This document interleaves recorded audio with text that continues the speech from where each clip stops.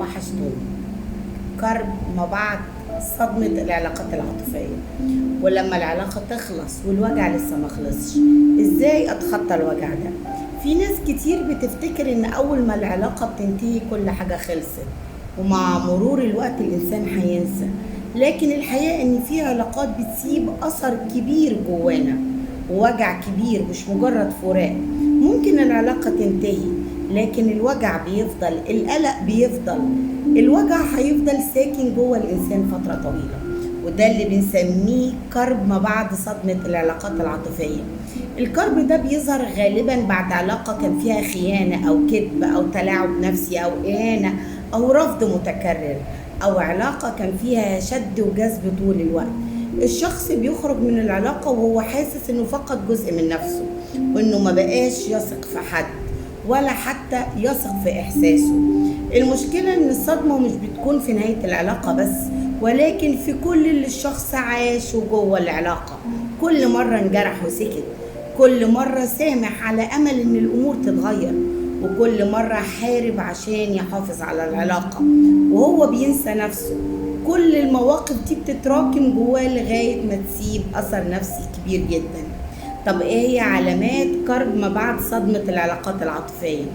ممكن تلاقي نفسك فجأة بتفكر في مواقف قديمة توجعك كأنها بتحصل قدامك حالا دلوقتي، أو تسمع أغنية أو تشوف مكان أو كلمة معينة ممكن ترجعك لكل الذكريات اللي كانت بينكم. ممكن تلاقي نفسك بتخاف تثق في أي حد جديد، وتقعد تحلل كل كلمة أو تصرف بتسمعه وكأنك مستني الأذى يتكرر. ساعات بتبعد عن الناس من غير سبب، وساعات بتبقى عايز تقرب لكن الخوف بيمنعك. من العلامات كمان ان انت ممكن تفقد الثقة في نفسك، انك تقعد تلوم نفسك باستمرار، او قلق وتوتر بدون سبب واضح، او صعوبة في النوم وكوابيس متكررة، او تقلبات مزاجية، حزن مفاجئ يجيلك، او ان انت تفقد شغفك بالحياة او بالحاجات اللي كنت بتحب تعملها. طب ايه ليه بيحصل ده؟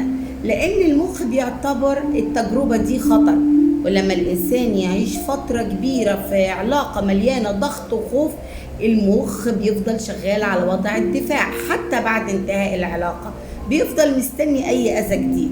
عشان كده ممكن الشخص يبالغ في الحذر أو يهرب من أي ارتباط جديد. ده مش معناه إن أنت ضعيف ولا إن أنت قادر تنسى، ده معناه إن نفسك محتاجة وقت تتعافى من اللي أنت مريت بيه. طب ازاي اقدر اتعافى واتخطى؟ اول حاجة اعترف بوجعك، ما تقولش ان انا كويس او ان انا من جوايا كويس. الاعتراف بالمشكلة هو بداية حلها. تاني خطوة، اقبل ان التعافي محتاج وقت. اوعى تقارن نفسك بحد وتقول هو نسي بسرعة وانا لسه. كل انسان ليه طريقته ووقته في التعافي. حاول تبعد عن اي حاجة ترجعك للعلاقة دي، سواء متابعة الشخص على السوشيال ميديا او احتفظ بالرسائل او الصور، او ان انا اقعد اراقب اخباره. كل مرة بتعمل كده كأنك بتفتح الجرح تاني من جديد. اهتم بنفسك، ارجع مارس الحاجات اللي بتحبها، مارس رياضة، قضي وقت بتحبه مع ناس بتحبها وبتحبك بجد، اتعلم مهارة جديدة، اقرأ، سافر لو تقدر، اعمل اي حاجة ترجعك لإحساسك بالحياة وطور نفسك. سامح نفسك على كل مرة اتنزلت فيها وثقت في الشخص الغلط. انت كنت بتتصرف بالمشاعر اللي عندك وقتها، ومحدش بيتعلم من غير تجارب. وما تدخلش علاقة جديدة لمجرد الهروب. العلاقة الجديدة مش علاقة هتداويك من الجرح القديم، هي علاقة هتخليك تدخل في علاقات تانية أكتر ملهاش لازمة. ولو حسيت ان الاعراض مستمرة لفترة طويلة ومش قادر تمارس حياتك بشكل طبيعي، لازم تروح لاخصائي نفسي. دي خطوة مهمة لانها تساعدك تفهم اللي حصل وتتعافى بطريقة صحية. في النهاية افتكر ان العلاقة ما انتهتش، دي مش نهاية الحياة، وان الشخص اللي جرحك ده مش هو اللي هيحدد قيمتك فيك حتى لو حد حاول يخليك تشك فيها. التعافي رحلة مش سباق، وفي كل مرة بتختار فيها نفسك وبتحافظ على كرامتك هتتعلم من التجربة بدل ما تعيش أسير ليها، وتكون قربت خطوة خطوة من سلامك النفسي.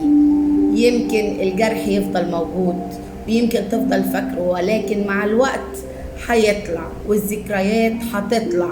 الأهم إن هي هتكون فصل من حياتك مش حياتك كلها، وهتقدر تتعافى لأنك تقدر تتعافى. ودمتم سالمين.